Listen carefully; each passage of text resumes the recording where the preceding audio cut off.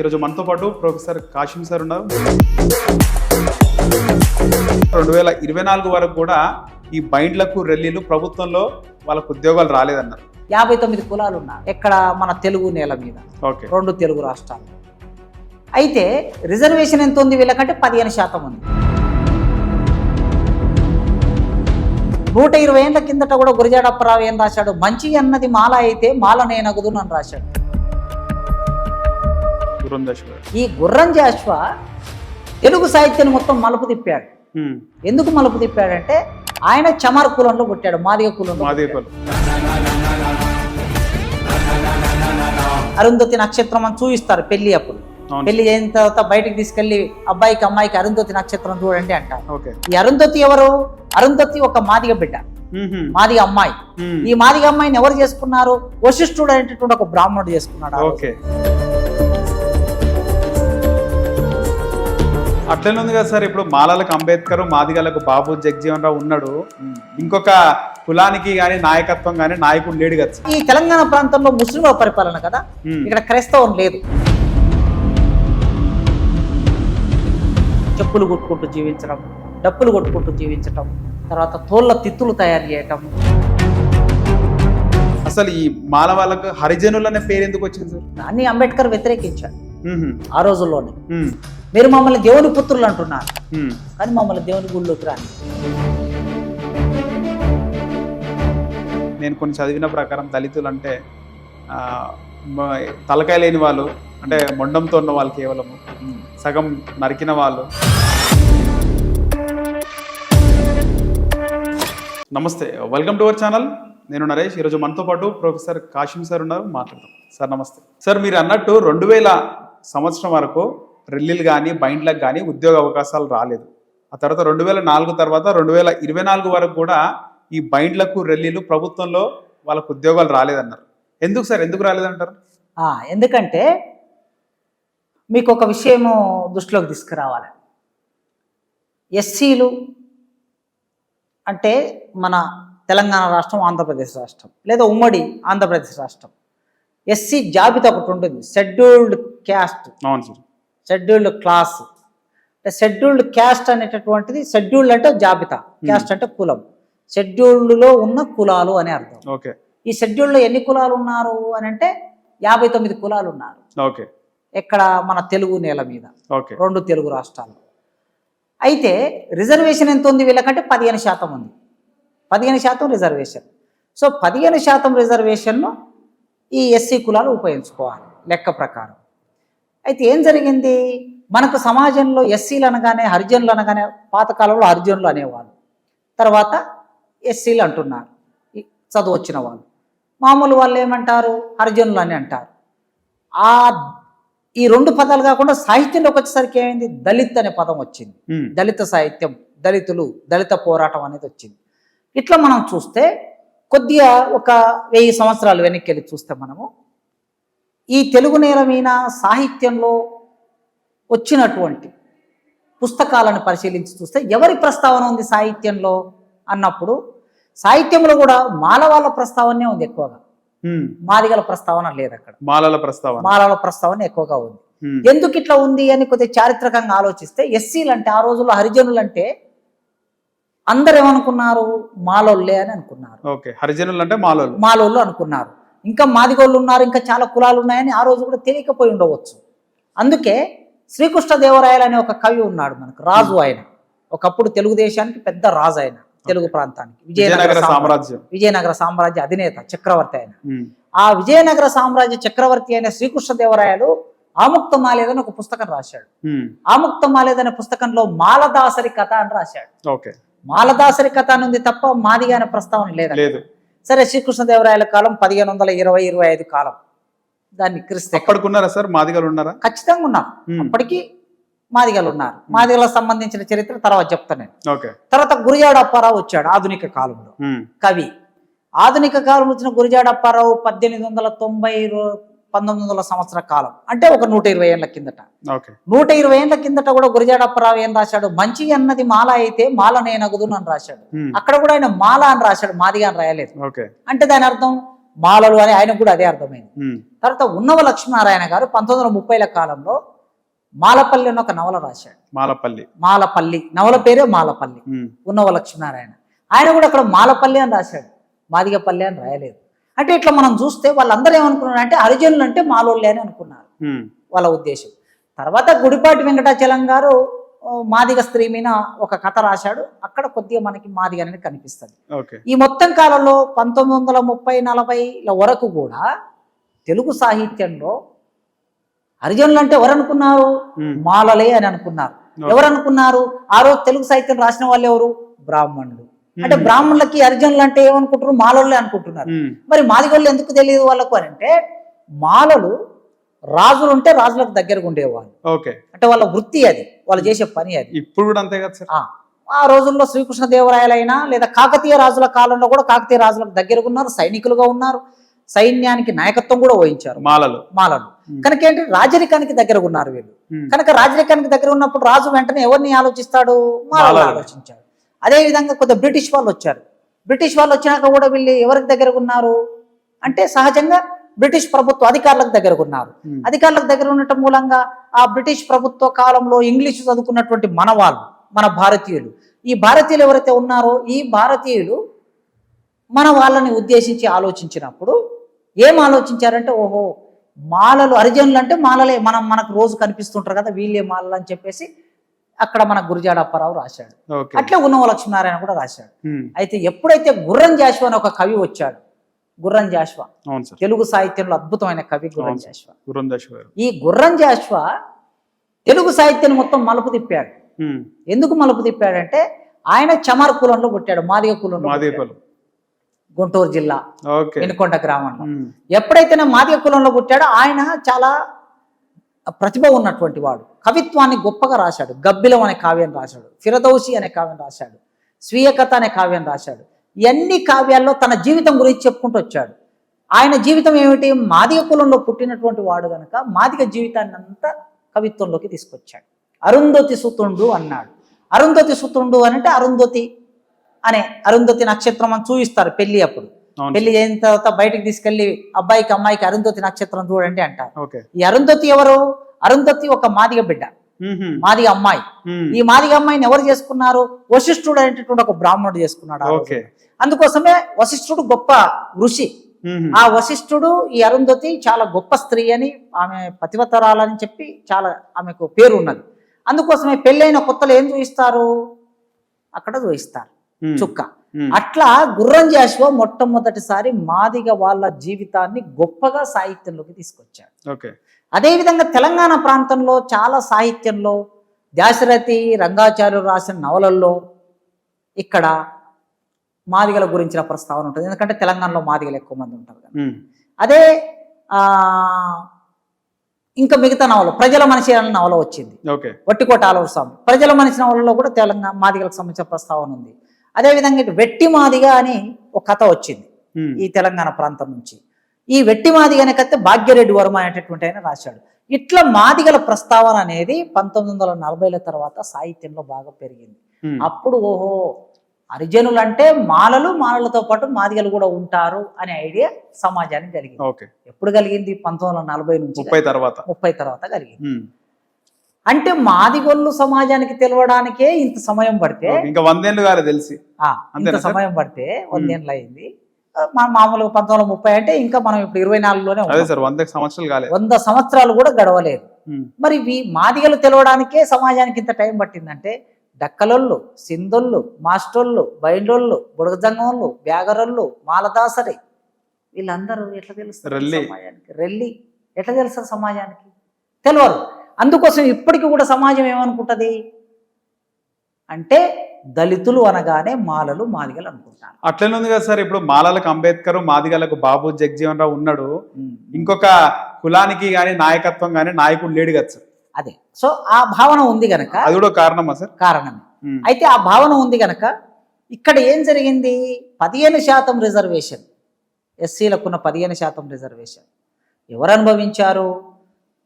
రాజులకు దగ్గర ఉన్నటువంటి, బ్రిటిష్ వాళ్ళకు దగ్గర ఉన్నటువంటి, దొరలకు దగ్గర ఉన్నటువంటి మాలలు తొందరగా చదువుకున్నారు. వాళ్ళ తప్పేం లేదు. వాళ్ళకి దగ్గర ఉన్న దొర ఇంట్లో వాళ్ళ పిల్లలు చదువుకుంటుంటే ఈయనకు తెలుస్తుంది కదా, నా పిల్లల్ని కూడా చదివించాలని తెలుస్తుంది కదా, చదివించాడు. ఓకే. బ్రిటిష్ వాళ్ళు వచ్చారు, తర్వాత క్రైస్తవం వచ్చింది, క్రైస్తవంలోకి వెళ్ళారు, ఇంగ్లీష్ చదువులు చదివించారు, తొందర చదువుకున్నారు, ఉద్యోగాల్లోకి వచ్చారు. కానీ ఇక్కడ మాలలో తప్పేం లేదు. వాళ్ళు మొదలు చదువుకోవటం మూలంగా రిజర్వేషన్ ఫలితాలు రాగానే మొట్టమొదలు వాళ్ళు అనుభవించారు. తర్వాత కొంచెం స్లోగా మాదిగలు చదువుకున్నారు, స్లోగా వచ్చారు మాదిగలు. ఈ మాదిగలు స్లోగా ఎందుకు అంటే తెలంగాణ ప్రాంతంలో మాదిగలు ఎక్కువ ఉంటారు. తెలంగాణ ప్రాంతంలో మాలలు 14 లక్షలు ఉంటే 2011 జనాభా లెక్కల ప్రకారం మాలలు 14 లక్షలు ఉన్నారు, మాదిగలు 29 లక్షలు ఉన్నారు. డబుల్ ఉన్నారు. కనుక ఈ తెలంగాణ ప్రాంతంలో ముస్లింల పరిపాలన కదా, ఇక్కడ క్రైస్తవం లేదు. ఆంధ్ర ప్రాంతంలో క్రైస్తవం ఉన్నది, అక్కడ క్రైస్తవం ఉంది కనుక మాలలు వెంటనే క్రైస్తవంలోకి వెళ్ళిపోయి ఆంగ్లం చదువుకున్నారు. ఇక్కడ క్రైస్తవం లేదు కనుక మాదిగలు వెళ్ళలేకపోయారు. ఇక్కడ ముస్లింల పరిపాలన కనుక వెనకబడి గ్రామంలోనే ఉండిపోయారు. ఇది ఒక కారణం. రెండో కారణం ఏమిటంటే మాదిగలకు ఒక వృత్తి ఉంది, ప్రత్యేకించి ఒక వృత్తి ఉంది మాదిగలు పని చేసుకొని బతకడానికి. తోళ్ల పరిశ్రమ. తోళ్ల పరిశ్రమను వృత్తిగా కలిగినటువంటి మాదిగలు చదువులోకి వెళ్ళలేకపోయారు. చెప్పులు కొట్టుకుంటూ జీవించడం, డప్పులు కొట్టుకుంటూ జీవించటం, తర్వాత తోళ్ల తిత్తులు తయారు చేయటం, తర్వాత వ్యవసాయానికి కావలసినటువంటి తోలు వస్తువులన్నిటిని తయారు చేయటం. చెప్పులు అవసరం లేని మనిషి ఉంటాడు ఎవరైనా గ్రామంలో, ప్రతి మనిషికి చెప్పు అవసరం కదా. కనుక అన్ని కులాల వాళ్ళకి, బాపనోళ్ళ నుంచి మొదలు పెడితే కింది కులాల వాళ్ళకి ప్రతి ఒక్కరికి చెప్పులు అవసరం. అందుకోసం అందరికీ చెప్పులు కుట్టించి ఇవ్వాలి. ఇది ఒక ప్రధానమైన వృత్తి ఉండటం మూలంగా చదువులోకి వెళ్ళలేకపోయారు. ఈ కారణం వలన రిజర్వేషన్ 1950లో అంబేద్కర్ పోరాటం చేసి సాధించిన రిజర్వేషన్ ఫలితము ఎస్సీలకు అందిన తర్వాత 15%. ఈ 15% రిజర్వేషన్ను మొదలు మాలలు ఉపయోగించుకున్నారు, ఎక్కువగా ఉపయోగించుకున్నారు, తర్వాత మాదిగలు ఉపయోగించుకున్నారు, కొద్దిగా తక్కువగా ఉపయోగించుకున్నారు. ఉపయోగించుకోవడం అంటూ జరిగింది, మాదిగలు కూడా ఉపయోగించుకున్నారు. అయితే మాలలతో పోల్చుకుంటే మాదిగలు తక్కువ ఉపయోగించుకున్నారు. వాళ్ళు 100 ఉద్యోగాలు వస్తే మాలలు 70 ఉద్యోగాలు తీసుకుంటే మాదిగలు 30 ఉద్యోగాలు తీసుకున్నారు. అయితే ఈ రెండిట్లుండగా నేనేం ఆలోచిస్తున్నానంటే, మాలలు ఉపయోగించుకున్నారు 100%, మాదిగలు 30% 40% ఉపయోగించుకున్నారు. చదువుకోలేదు కాబట్టి ఎక్కువగా ఉపయోగించుకోలేకపోయారు. అంతే చదువుకోలేదు కనుక ఉపయోగించుకోలేకపోయారు. రిజర్వేషన్ ఎందుకు అడిగినారు సార్? అయితే ఇక్కడ ఇప్పుడు ప్రధాన ప్రశ్న ఎక్కడొస్తుంది, మిగతా 57 కులాలు ఉన్నాయి కదా, వాళ్ళు అసలే ఉపయోగించుకోలేదు. 2 కులాలు 59లో 2 ఉపయోగించుకున్నాయి. మిగతా 57 కులాలకు కూడా రిజర్వేషన్ ఫలాలు అందాలి, సామాజిక న్యాయం అందాలి. మాది కొట్లాడింది కేవలం మాదిగల కోసం కాదు, ఎట్టి పరిస్థితుల్లో కాదు. ఉద్యమం అనేది సామాజిక నిర్మాణంలో, సామాజిక ఉద్యమంలో భాగంగా, సామాజిక న్యాయంలో భాగంగా వచ్చినటువంటి ఉద్యమం. సామాజిక న్యాయంలో భాగంగా వచ్చిన ఉద్యమం అనేది చిట్ట చివరి వాడికి అందాలని. వాళ్ళు ఇంకా చాలా మంది వలస జీవులుగా జీవిస్తున్నారు. ఒక ప్రాంతం నుంచి మరో ప్రాంతానికి బతుకుదేరు కోసం పోయి అట్లా స్థిర నివాసం లేదు. స్థిర నివాసం లేకుండా జీవిస్తారు. ఎవరు? డక్కలోళ్ళు, బుడగజంగం వాళ్ళు, బైండ్లోళ్ళు, మాస్టోళ్ళు, సింధోళ్ళు, బ్యాగరోళ్ళు, తర్వాత రెల్లి వాళ్ళు, వీళ్ళన్నీ ఒక్కొక్క కులం, దేనికదే ఒక ప్రత్యేకమైన ఐడెంటిటీ కలిగినటువంటి కులం. ఈ ఐడెంటిటీ కలిగినటువంటి కులాలన్నీ కూడా కొన్ని ఆశ్రిత కులాలు ఉన్నాయి. ఒక క్రమంలో దేశ చరిత్ర ముందుకు వెళ్తున్న క్రమంలో ఒక కులం మరో కులాన్ని ఆశ్రయించి బతకడం ఉంది. ఆశ్రయించి బతికినప్పటికీ వీళ్ళు ఒక ప్రత్యేకమైన అస్తిత్వం కలిగి ఉన్నారు. ఆ విధంగా ఈ కులాలు ఇప్పటికీ కూడా రిజర్వేషన్ ఫలితాలను అందుకోలేదు.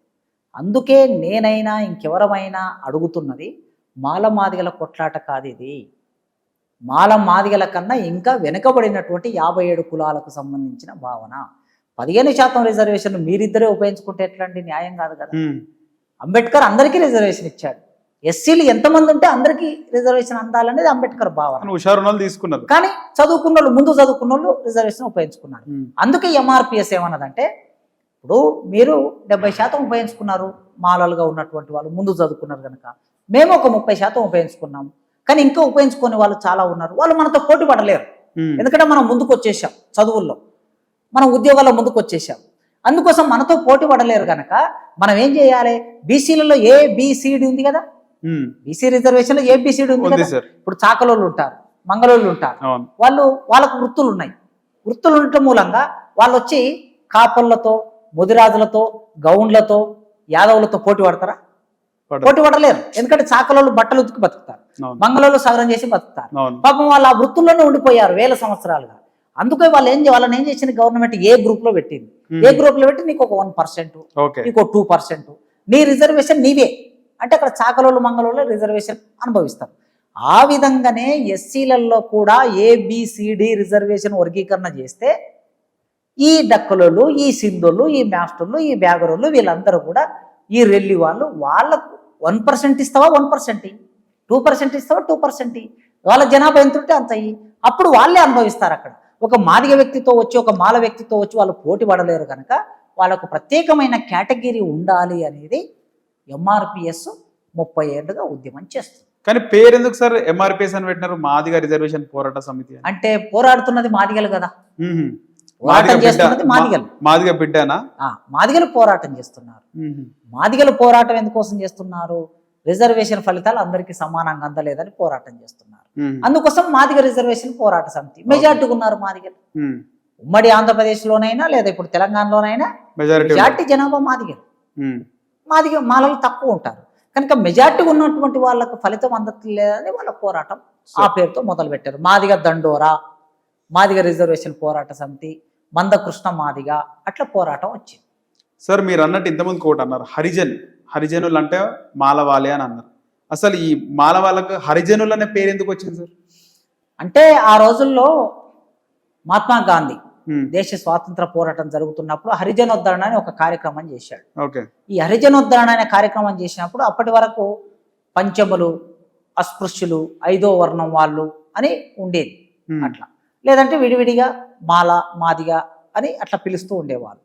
ఈయన ఏం చేసినట్టే వీళ్ళిద్దరిని అందరిని ఒకటి చేస్తూ హరిజనోద్ధరణ, హరి అంటే హరి విష్ణుమూర్తి, హరిజను అంటే హరికి పుట్టిన వాళ్ళు, మీరు దేవుని బిడ్డలు, దేవునికి పుట్టారు, మీరు తక్కువ వాళ్ళు కాదు, మీరు అందరితో సమానం అని చెప్పడానికి ఆయన హరిజనోద్ధరణ అనే మాటను హరిజనోద్ధరణ అనేది తీసుకున్నాడు కార్యక్రమం.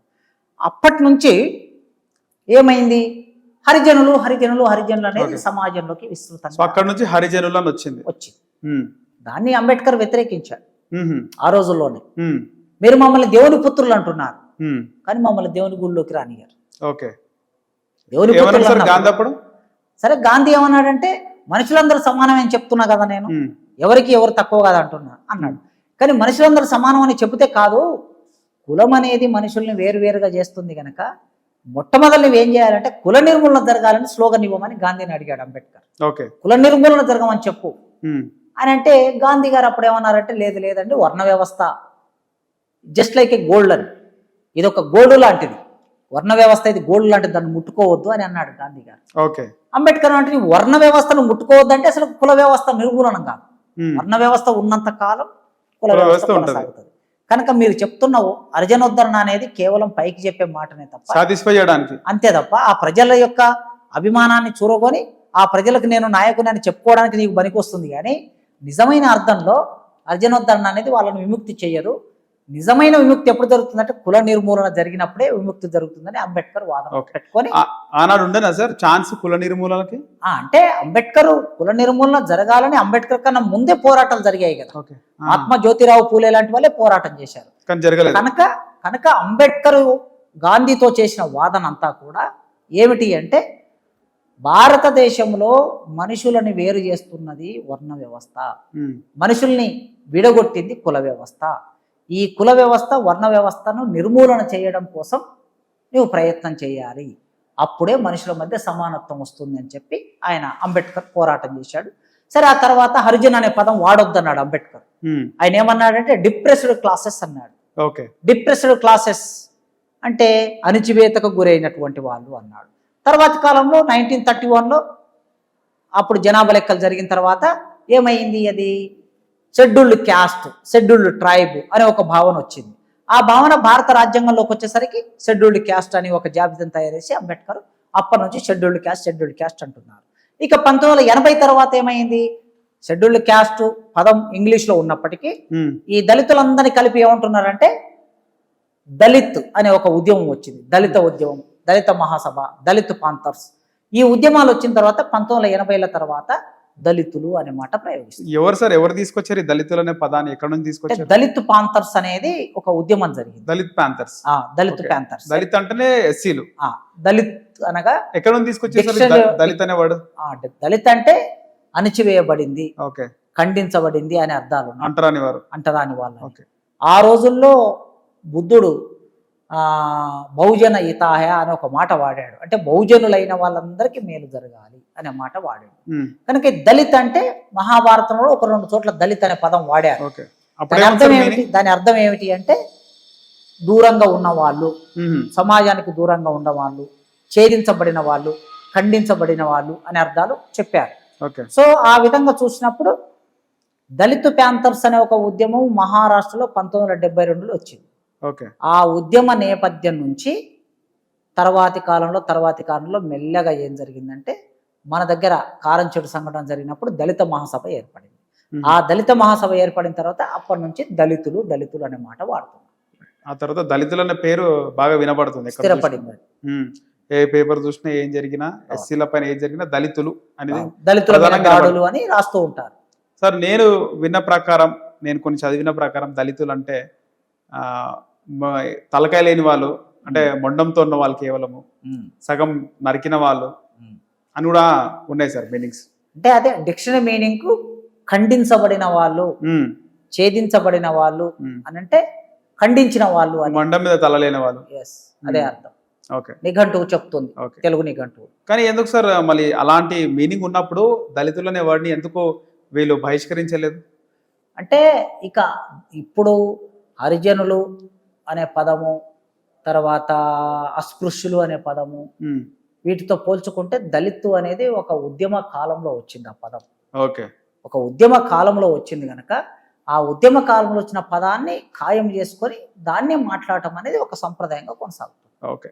కానీ ఏ క్యాస్ట్లోనైనా గరీబ్ వాళ్ళని దళితులను కూడా అంటారని చెప్పేసి కొంతమంది పెద్దలు అంటున్నారు. దీనిపై ఏమంటారు సార్? అంటే అట్లేం లేదు అర్థం. అంటే గరీబు అనేటటువంటిది, గరీబు వాళ్ళు దళితులు అనే అర్థం ఏమీ లేదు. దళితులు అంటే ఒక స్పష్టంగా మన చట్టాల్లో కానీ అన్ని చోట్ల రాయబడింది ఏంటంటే షెడ్యూల్డ్ క్యాస్ట్ వాళ్ళని ఉద్దేశించే దళితులు అనే పదాన్ని వాడి. అంతే. ఓకే సార్, మీరు ఇంకోటి కూడా అన్నారు ఇంతకుముందు, మహాభారతంలో అప్పటికి దూరంగా ఉన్న వాళ్ళు ఉన్నారు, అంటరాని వాళ్ళు ఉన్నారు అన్నారు. అలాగే ఇంతకుముందుకు వశిష్ఠుడికి సంబంధించి అరుంధతి నక్షత్రం చూపెడతారు. అరుంధతి నక్షత్రం అంటే అరుంధతి మాదిగ బిడ్డ అన్నారు. సో అవన్నీ మహాభారతం టైంలో సార్. కానీ రీసెంట్గా మీరు గతంలో రీసెంట్గా చెప్పిన చూసుకుంటే ఈ స్వాతంత్రానికి ముందు ఆర్యులు భారతదేశానికి వచ్చినారు, అప్పటి నుంచి క్యాస్ట్ సిస్టమ్ ఉంది, అంతకుముందు లేదని కూడా చెప్పారు. భారతదేశంలో కుల వ్యవస్థ నిర్మాణం కావడానికి ఇక్కడ ప్రపంచంలో అన్ని చోట్ల మనుషులందరూ సమానంగా ఎట్లా ఉన్నారో భారతదేశంలో కూడా అట్లే ఉన్నారు. అన్ని చోట్ల ఆదిమ సమాజం, అది అమెరికా అయినా, జర్మనీ అయినా, జపాన్ అయినా, ఇటలీ అయినా, చైనా అయినా, ఫ్రాన్స్ అయినా, గ్రీక్ అయినా, ఇండియా అయినా, వర్గ సమాజం అనేది ఆదిమ సమాజం ఒకేలాగా నిర్మాణం అయింది.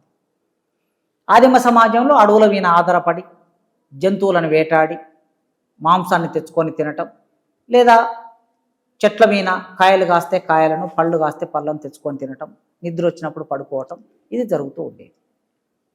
ఈ ఆదిమ సమాజం అంతా కూడా ఒకే నిర్మాణంతో ఉండింది. ఇక్కడ విభజన లేదు, వర్గ విభజన లేదు, వర్ణ విభజన లేదు, మనుషుల మధ్య అసమానతలు లేవు, రాజ్యమే లేదు. అంటే వీళ్ళ మీద అజమాయిషి చెలాయించడానికి రాజ్యమే లేదు, ప్రభుత్వం లేదు, రాజు లేదు. ఆకలి నిద్ర ఈ రెండే తెలుసు మనుషులకి. ఆకలి నిద్ర అన్నప్పుడు, ఆకలి అయినప్పుడు వేటాడాలి, నిద్ర వచ్చినప్పుడు పడుకోవాలి. ఇండ్లు కూడా లేవు, గుహల్లో పడుకోవాలి. బట్టలు కూడా లేవు, జంతువుల చర్మాన్ని, ఆకులని లేదా చెట్ల చర్మాన్ని తీసి కట్టుకోవాలి. ఇది ఉన్నటువంటి సమాజం. ఈ సమాజంలో అసమానతలు లేవు కదా. అయితే ఈ సమాజం నిర్మాణం అయినటువంటి ఆ తొలి దశల్లో మెల్లగా సమాజం మారుకుంటూ ఎప్పుడైనా సరే సమాజం ఉన్న చోటు ఉండదు, ముందుకెళ్తుంది, అభివృద్ధి చెందుతుంది. అభివృద్ధి చెందే క్రమంలో ఏం జరిగిందంటే భారతదేశంలో ఆదిమ సమాజము ఇది బానిస సమాజంగా పరిణామం చెందుతూ వస్తుంది. ఈ బానిస సమాజంగా పరిణామం చెందుతూ ఉన్నప్పుడు మెల్లగా వేరే దేశాల నుంచి ఇక్కడికి కొందరు వలస వచ్చారు. అప్పుడే బిఫోర్ మహాభారతం వలస వచ్చారు. ఆ వలస వచ్చినటువంటి వాళ్ళు అప్పటికే గుర్రం మీద స్వారీ చేసి గుర్రం మీద స్వారీ చేయటం, గుర్రాన్ని ఉపయోగించడం అనేది మానవ జీవితంలో ఒక పెద్ద గెంతు లాంటి మార్పు అది. ఓకే. ఎందుకంటే గుర్రం వేగంగా ప్రయాణిస్తుంది, పరిగెత్తుతుంది కనుక.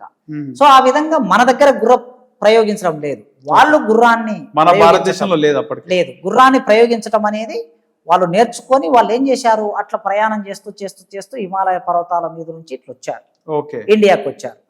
ఇరాన్, ఇరాక్ ఆ దేశాల నుంచి ఇండియాకి వచ్చిన తర్వాత ఇక్కడ మన వాళ్ళు చాలా వెనుకబడి ఉన్నారు, మన ప్రజలు. ఎందుకంటే గుర్రం ఉపయోగించడం తెలియదు, ఏదో మినిమం స్థాయిలో వ్యవసాయం చేస్తూ ఉన్నారు. ఈ వ్యవసాయం చేస్తున్నటువంటి వీళ్ళని చూసి, అమాయకులు ఉన్నటువంటి ప్రజలను చూసి, అక్కడి నుంచి వచ్చినటువంటి ఆర్యులు ఏం చేశారంటే వీళ్ళను బానిసలుగా మార్చుకుని వాళ్ళు యజమానులు అయిపోయారు. ఆర్యులు యజమానులై ఇండియన్స్ ను బానిసలు చేశారు. ఇక్కడున్న మూలవాసులు బానిసలు అయ్యారు. బయట నుంచి వచ్చినోడు యజమాని అయ్యాడు. ఈ యజమాని అయినటువంటి వాడు మెల్లగా ఈ ప్రజల్ని పరిపాలిస్తూ పరిపాలిస్తూ పరిపాలిస్తూ దోపిడీ చేస్తూ ఉన్నాడు. ఈ యజమానులు ఎవరు పని చేయటం లేదు, శ్రమ చేయటం లేదు, బానిసలు శ్రమ చేస్తున్నారు, యజమానులు కూర్చొని తింటున్నారు. ఈ కూర్చొని తినేవాడికి, విశ్రాంతిలో ఉండేవాడికి ఎప్పుడు ఆలోచనలు వస్తూ ఉంటాయి. ఈ ఆలోచనలు వచ్చి మెల్లగా ఏం చేశాడు, ఈ ప్రజల్ని తన స్వాధీనంలో పెట్టుకోవాలంటే దేవుని సృష్టించాడు, పుస్తకాన్ని సృష్టించాడు, రామాయణం సృష్టించాడు, భారతం సృష్టించాడు, కర్మరాత సిద్ధాంతాన్ని తీసుకొచ్చాడు, మనువాదాన్ని తీసుకొచ్చాడు. ఇవన్నీ తీసుకొచ్చి వాళ్ళకి చెప్పి చెప్పి నూరిపోసి నూరిపోసి నూరిపోసి మీరు మా కింద ఉండాలి, మీరు బానిసలు, మీరు కింది వర్గాలు అని మెల్లగా ఏం చేశాడు, వర్ణ వ్యవస్థను తీసుకొచ్చారు. మేము బ్రాహ్మణులం, పరిపాలించేవాడు క్షత్రియుడు, వ్యాపారం చేసేవాడు వైశ్యుడు, తర్వాత మీరు కింద పాదం నుంచి పుట్టారు, మీరు శూద్రులు. అంటే బ్రహ్మ అని ఒక దేవుడు ఉన్నాడు, ఆ దేవుని తల నుంచి పుట్టాం మేము, అంటే మాకు తెలివి ఉంటది, మీరు తెలివి లేనోళ్ళు. మాకు తల ఆలోచిస్తుంది గనక, బ్రహ్మ శిరస్సు నుంచి పుట్టామంటే సరస్వతి బ్రహ్మ భార్య గనక మాకు బాగా చదవచ్చు, మేము చెప్పిందంతా మీరు వినాలి అని చెప్పి వర్ణ వ్యవస్థ నిర్మాణం చేసుకుంటూ 4 వర్ణాలను క్రియేట్ చేశారు. అట్లా బయటి నుంచి వచ్చిన ఆర్యులు భారతదేశంలో ఇక్కడి సమాజాన్ని విభజించి 4 వర్ణాలుగా రూపొందించిన చరిత్ర మనం చూస్తాం. Right sir. అప్పుడు 4 సార్ కులాలు, మొదలు 4 వర్ణాలు ఉన్నాయి. బ్రాహ్మణ, వైశ్య, బ్రాహ్మణ, క్షత్రియ, వైశ్య, శూద్ర, 4 వర్ణాలు మాత్రమే ఉన్నాయి. ఇంకా పంచమ వర్ణం తర్వాతి కాలంలో చాలా రోజులకి, ఇప్పుడు మనం ఎవరినైతే దళితులు అంటున్నామో వాళ్ళని పంచమ వర్ణం అంటారు. ఈ పంచమ శూద్రులు, శూద్రుల్లో ఇంకా అతి శూద్రులు అన్నమాట. అందుకోసము శూద్రులు అంటే ఇక్కడ ఇప్పుడు మనం చెప్తున్న కులాలని శూద్రులే. బ్రాహ్మణ, కాపు అన్ని కూడా శూద్రులే. బ్రాహ్మణ, క్షత్రియ, వైశ్య ఈ 3 కులాలు తీసేస్తే ఇంకెవరెవరు మిగిలారు? వెలమోళ్ళు మిగిలారు, కమ్మోళ్ళు మిగిలారు, రెడ్డోళ్ళు మిగిలారు, కాపోళ్ళు మిగిలారు, ముదిరాజులు, గౌండ్లు, యాదవులు, ఇట్లా చాకలి, కుమ్మరి, కమ్మరి, మంగలి, మాల, మాదిగ అందరిని తీసి శూద్రులు అన్నారు. ఈ శూద్రుల్లో నుంచి మళ్ళీ ఒక వర్ణాన్ని తయారు చేశారు. ఎట్లా తయారు చేశారంటే అంటరాని పనులు, ముట్టరాని పనులు, నిత్యమైన పనులు ఉంటాయి కదా, ఆ అంటరాని ముట్టరాని పనులు చేసే వాళ్ళు ఎవరెవరైతే ఉంటారో వాళ్ళని ఏం చేశారు, మీరు మాకు దూరంగా ఉండండి అంటే మీరు రోడ్లను శుభ్రం చేస్తారు, చచ్చిన పశువులను తీసుకెళ్తారు, తర్వాత మీరు మలమూత్రాలను ఎత్తేస్తారు, ఈ పనులు చేస్తారు కనుక మీరు మమ్మల్ని అంటుకోకండి, మమ్మల్ని ముట్టుకోకండి, మీరు ఊరికి దూరంగా ఉండండి అని చెప్పేసి వాళ్ళని నెట్టేశారు. అట్లా ఊరికి దూరం అట్లా నెట్టేసినటువంటి వాళ్ళే తర్వాతి కాలంలో అన్టచబుల్స్ అయ్యారు. అట్లా పంచమ వర్ణం, 5వ వర్ణం అనేది ఒకటి పుట్టించారు వాళ్ళు.